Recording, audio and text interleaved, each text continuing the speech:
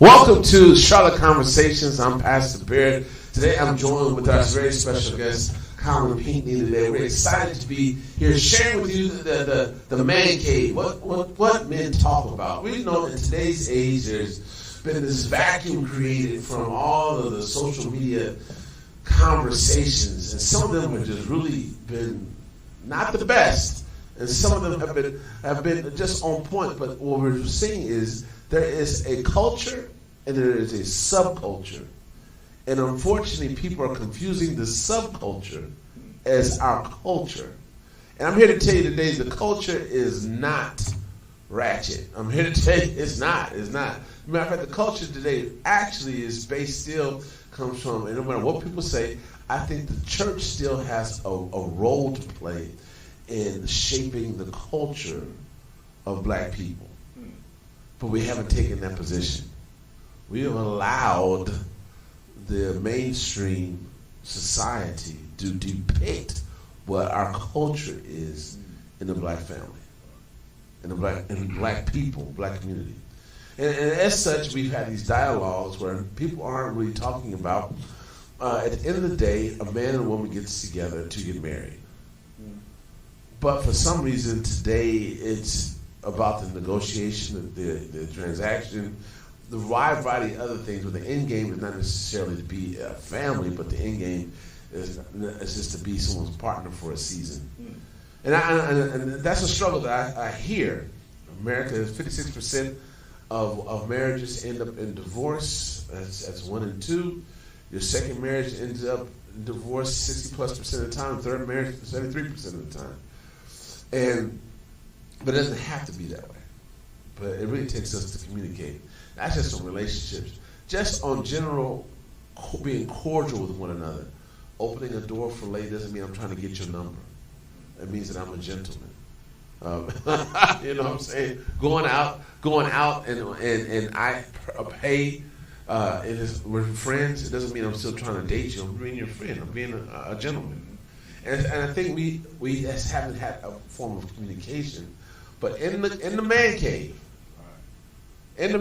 all these conversations of wide variety come up. And in my opinion, quite often is the minority. And so, but I think it's good for us to hear different perspectives. And so, this is going to be a very transparent conversation. And before we get started, if you could just tell us a little bit about who you are.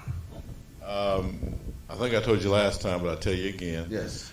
In my work life, I serve as the CEO of the Harvest Center of Charlotte. We're a faith-based nonprofit serving the corridor of situationally homeless men, women, and families with children, providing a full transformation community where they can realize their dreams of being permanently housed homeowners, business owners, working life-sustaining jobs in the community.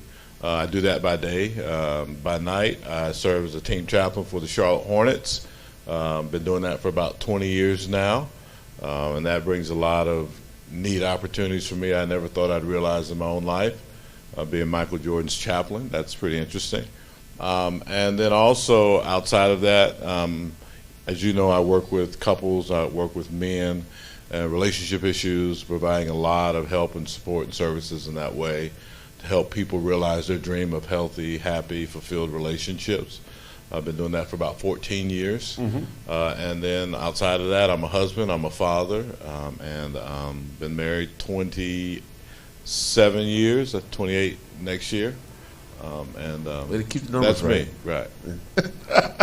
you lose track of time. Yes, because it's just been all lovely. Yeah. Yes. Yeah, right. Every day. For sure. Nobody. No one. Another day in paradise. No one has a lovely day every day. Matter of fact, Michelle Obama said for 10 years she couldn't stand Obama. I like that. Right. She said for 10 years she couldn't stand him. Let a lot of us off the hook, didn't it? Yes. I said, thank you for saying that. But God is good. So I want to jump right in. You said something about you work with couples. What's the conversation right now with people? What are you hearing the normal, I guess, conflict or trouble in relationships? That people just are not fulfilled. The relationships aren't fulfilling. That they moved into this lifelong commitment thinking it was going to bring fulfillment. Yes. wholeness, completeness, all of the fairy tale things that we don't realize we're assimilating to from the movies we watch, from the music we listen to, from the stories we're told, and people take that seriously. Yes. They don't just hear the song and think, oh, that's just a song. They actually believe that he's going to be that guy, or she's going to be that woman, and they get married, and they marry a real person who has real issues, and they find out that they don't know how to live that out in a way that's fulfilling. The reality doesn't meet with the idea, the image. Yes. And people aren't satisfied in their relationships. I had a young man call me yesterday in tears, a man in tears on the phone, and who was transparent enough to say all the things that he can't say out loud.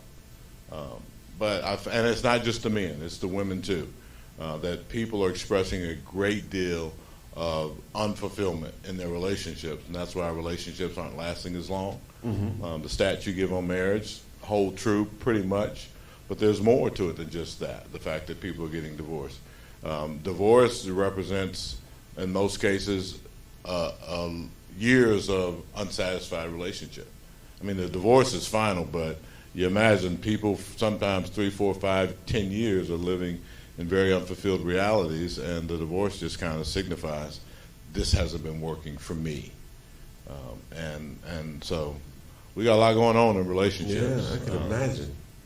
I think the thing that if there's anything to be said about culture that I think is, whether it's positive, good, or whatever, I can't say, but there seems to be more of a dialogue. There's more talk, as you said. It's everybody's got a microphone and everybody's got their own answers, their own opinions. So every now and then you hear some truth. Every now and then you hear something that's credible or relevant. So if you keep listening, you got to kind of cipher out most of the junk.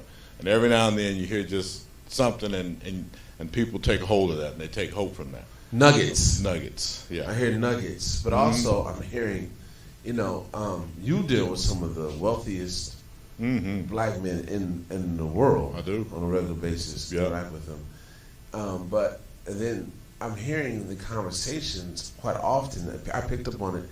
It's a socioeconomic conversation.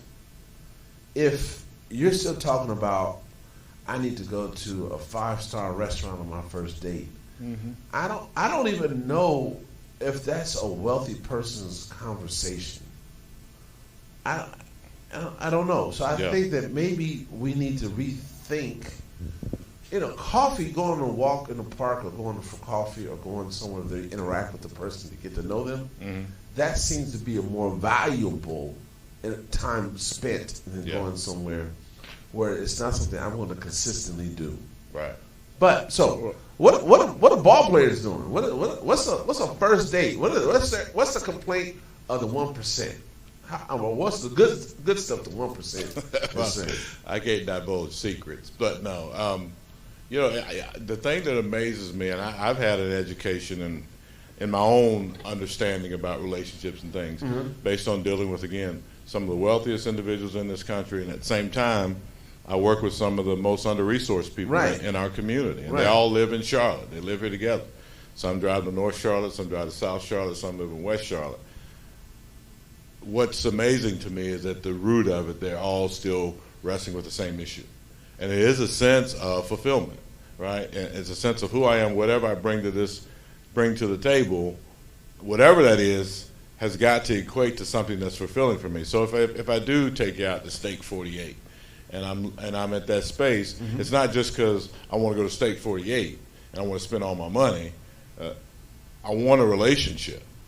I want the relationship to be primary over the trappings of my wealth.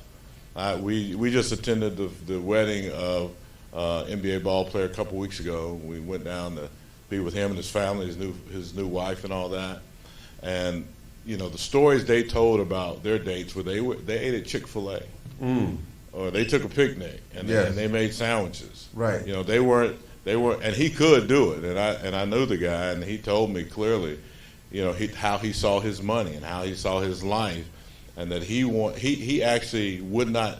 Well, he don't have to date now. He's married. Right. But while he was in the league, what he had to deal with was the perceptions And I'll say there are misperceptions that because he was a pro athlete and had a lot of money, that he was sleeping around and he's got a lot of girlfriends and all that. That was a misperception that women had of him in general.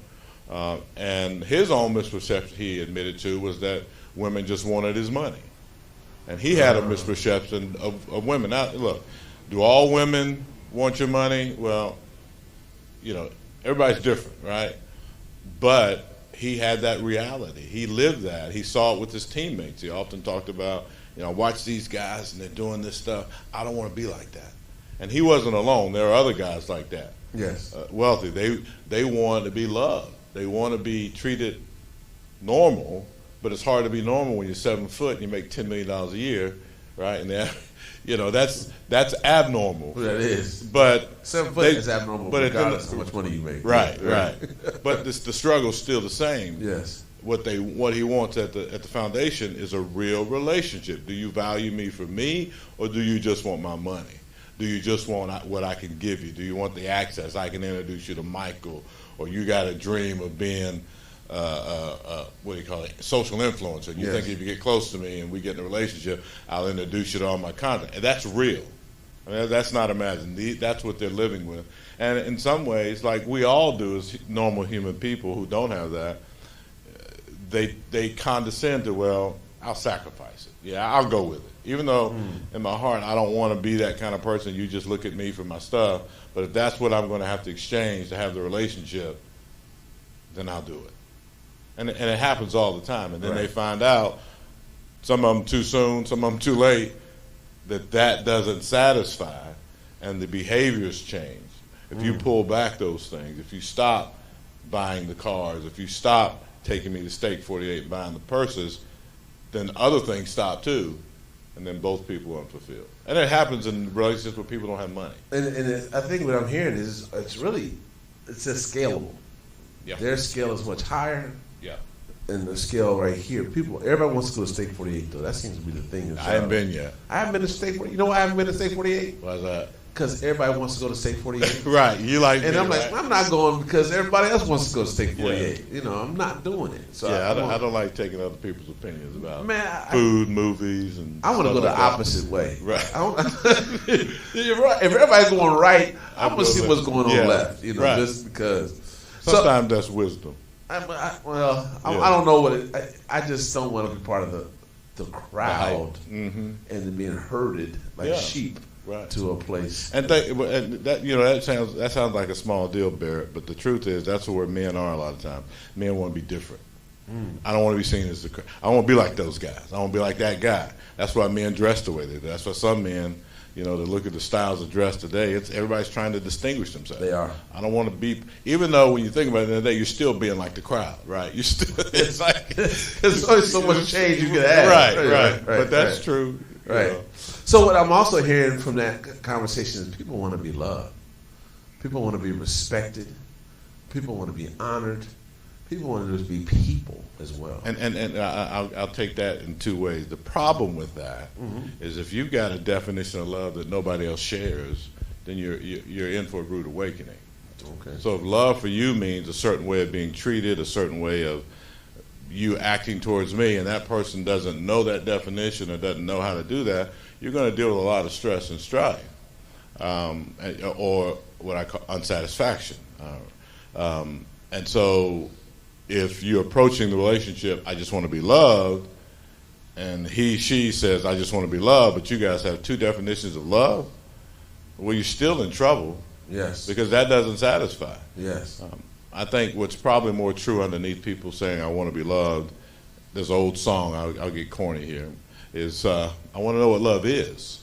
I want to know what love is, right? And can you show me? Can you show me through this relationship what it looks like to give and receive love in a way that's satisfying, fulfilling? That's what I want to know. I'm okay if that's what's happening, then I can stay in the relationship. Yes. But if I just want to be loved and I choose you because of certain external factors, but I don't really know that we have the same idea of what love is, it's going to be a challenge. Doesn't mean you can't do it, but it's going to be challenging. Well, let's go to respect. Yeah. I watched recently a Colorado Buffaloes game, and Yeah. the quarterback, Deion Sanders' son, Shadir, got up, and in one of the interviews he said that the game was personal, and that the disrespect came from the opposing coach first. Yeah. And, it was about respect. Something about men and respect are like so high on the pedestal of life, of determining things. How do you see respect? Quite often I'm sharing with some sisters when I'm talking to them about men want to be respected, and if they could, but the problem is people don't even know how to respect someone. They don't know what respect is. What do you think the role of respect is in the eyes of a man?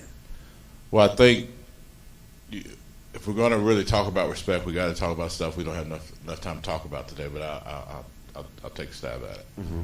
Most men see respect as in a vacuum of what they didn't get with their little boys. So as a little boy, I grew up not being valued. If I grew up in a space where my voice was never heard, if I talked, I got told to shut up. If I said I want to wear blue and said no, you got to wear this. If as a little boy, a young man growing up, I lived in an environment that didn't model my value as a person, didn't model my person. Then I grew up in my intimate relationships, and I tend to say, well, you can't talk to me like that because my mama used to scream at me and cuss at me, but you can't do it because as a little boy, I didn't have the power to say, Mom, you can't curse at me. Mm-hmm. Dad, you can't hit me. We don't usually, as children, have that power. So for boys, when they grow up, what you usually see, the boys who are screaming for respect are the ones who didn't get it when they were boys. Men who were respected as little boys, that's not an issue. It's really not. The issue we see, the cry for respect, you see grown men who are saying, look, I got cheated of some things when I was a little boy. You're not going to cheat me. Oh, wow. I can tell you we have enough time to talk about it. Yeah, that's a big one. That's a big one. I always go back to the Million Man March. And, And, right before that, guys step on a guy's sneaker or his Timbs or something like that, put a mark on it. Bruh. It's an issue. It's real. A real issue. Like they felt disrespected. Yeah. But the Million Man March, he was stepping on toes all the time. And brothers, you all right? Got a common cause. Right. It switched versus they checking on you when you step on their shoe. And so, from that, I've always taken that men really respect is something that we cherish or we want to feel as though we're seen. Maybe that's what it is. They want to be seen. Well, that goes back to childhood. Okay. Right? If you're a young boy who grew up and was seen and was valued, I mean, I'll use my oldest son Isaac as an example. This is, because as I look at him and how he's matured as an adult man, Isaac doesn't cry out for respect. Isaac's need is not respect me, because as a little boy, Isaac was seen in a lot. Now, he got bullied when he was a little boy, and he got pushed around because he was a skinny kid. He was developmentally behind. He didn't present with all the swag of the cool kids. Right. So kids do what kids do. They were cruel and mean. Isaac found his voice at a very young age through what he could do, and he found two parents that supported him, and he was allowed to do things, to practice karate and sports and expressions and other things.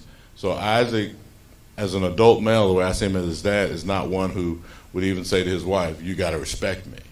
He's already there. Now, he's still growing. He's not perfect. But then when you look at I look at him compared to other little boys who I've mentored, other young men I've mentored, who didn't have Isaac's experience, and I see that they're the ones crying out for respect. Okay. These women's got to respect me. I'm going to have my own. Well, and Isaac's a guy, you can step on his shoes and it wouldn't bother him. Isaac won't even buy a new pair of shoes. Isaac's got enough money he could have all the shoes he wants, and Isaac probably has 2, 3, 4, 5 pair of shoes in his closet. He's a unique person. He is. But it has to do with his childhood. And I think I hear guys don't talk about they want respect more. I hear guys saying when they don't get respect, they speak on don't disrespect me. But that's recently they had this 50th anniversary concert for hip hop, and so lately in Charlotte there's been like a hip hop concert every third day. Somebody in town. Flavor of the month. Man, what is going on? I mean, we get all the hip-hop concerts. So last night... They had hip-hop at the baseball game. They did. Did you ever go to a baseball game? Yes. Black people don't go to baseball shows. No. Well, but it's too hot. But they had a hip-hop night. And they had HBCU night, too. Recently. Yeah. So I was at a hotel yesterday. My friend came in town. We were in the hotel in the lobby and eating dinner. And I got to see the spillage from the hip-hop concert. And the people from... And what I saw was almost to a point of alarming of the culture that we are displaying. And I was wondering, like... And then I'm going to put up some toes here, but this is what we're doing. And if I was in the barbershop, I would say, you know, are they positioning themselves to be someone's wife or someone's friend? And do you, in your interaction with people, are we seeing, is there a difference between someone who is working to become someone's wife or someone who's working to become someone's friend? And they don't know it. I mean, I think some people don't know what it is to be a wife. I give you a real life example. Yes. It just happened yesterday. We had a graduation ceremony for the program we run at the Harvest Center, and there's a young lady who's in our program who comes from that life. But that life left her nearly homeless and destitute, just a messed up life, and she just got sick and tired of being sick and tired. Uh-huh. She's not 30 years old. She's close to 30. She's got 2 baby girls. And her life has changed by being in our program, by putting in a space where she's valued, she's loved, she's helped, she's supported. Well, her mother came to the graduation yesterday. Mom hasn't changed. And so Mom came to me and she said, hey, have you seen her music video? You know, because this young girl is incredibly talented. Yes. And we're doing everything we can to set her up for success, her future and all that. Well, her mother, who is still back there in that life, came to me and she said, Mr. Pinkney, she said, have you seen her music?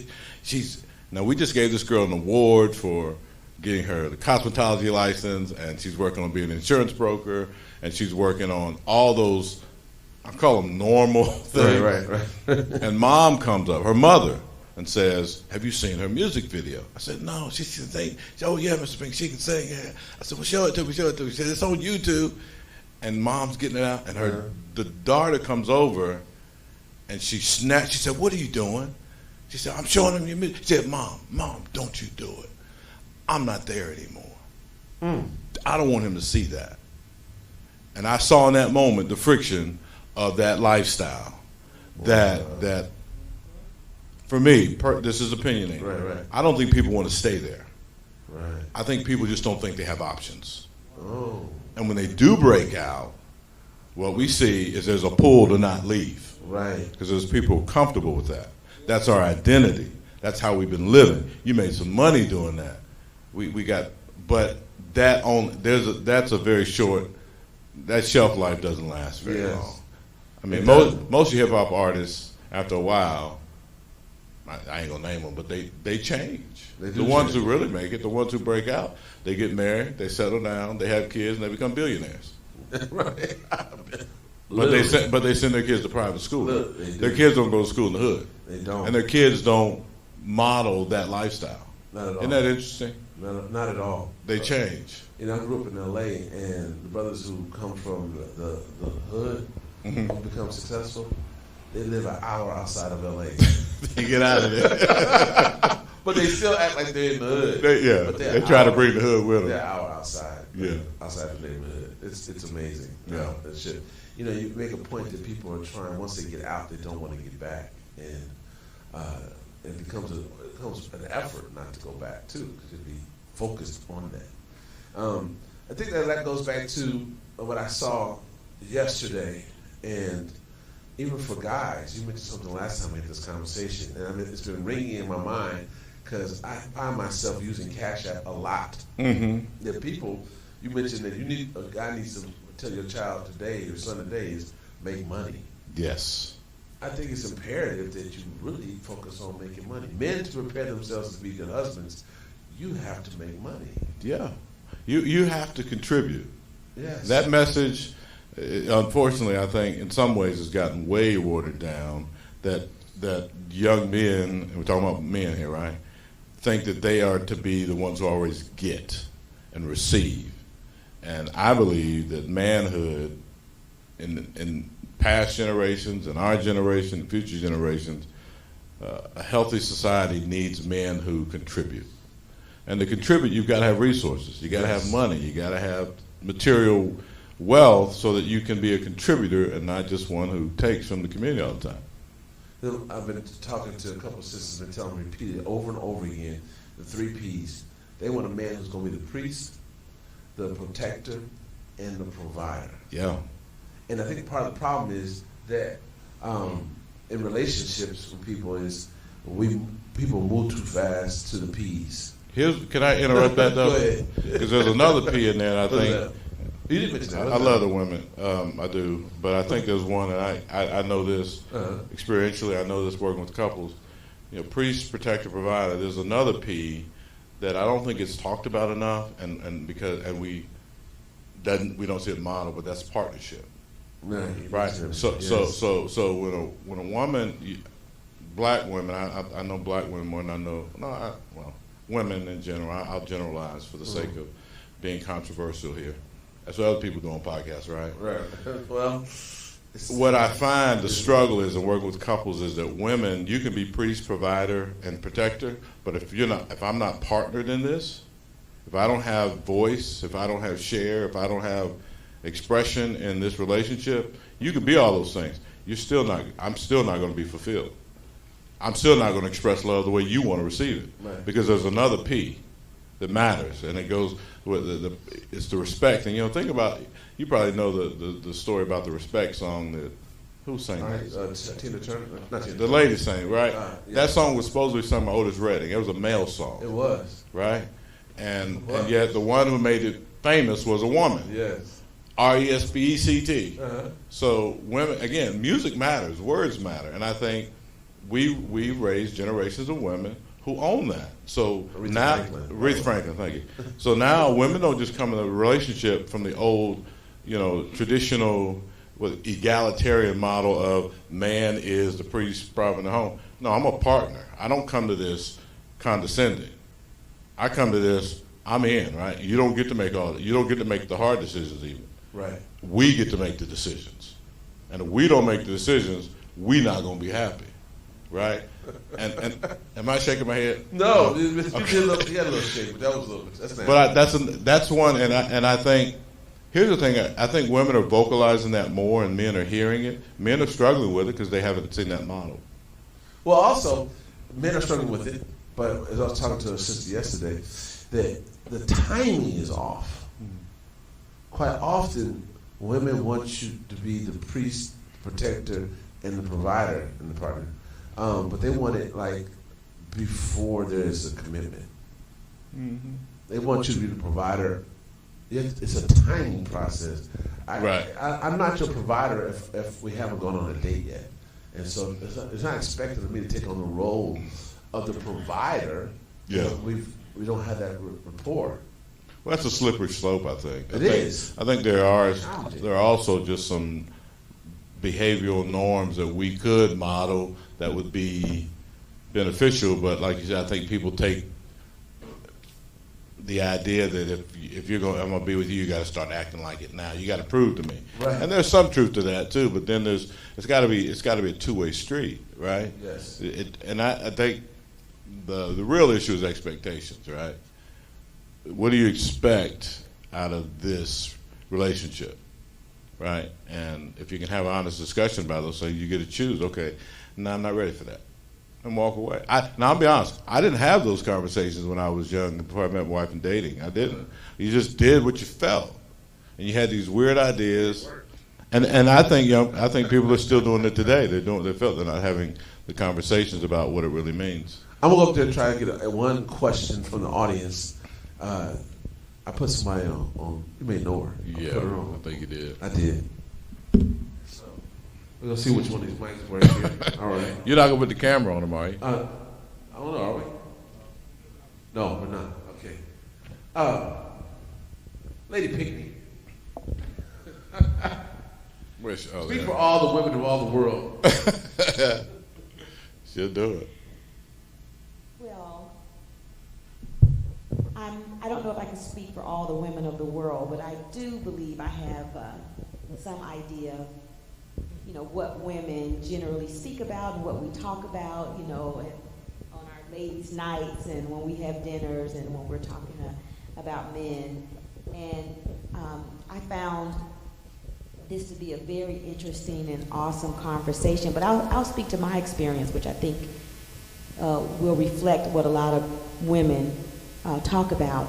And that's when Colin mentioned about partnership and the priest, protector, and provider, but one other thing that's really important is partnership, and including your man, your husband, in what you're thinking and decisions and what you may want to have happen, because women and men think differently and they focus on different things, and I believe that it was intended that way so that the two halves can make a whole.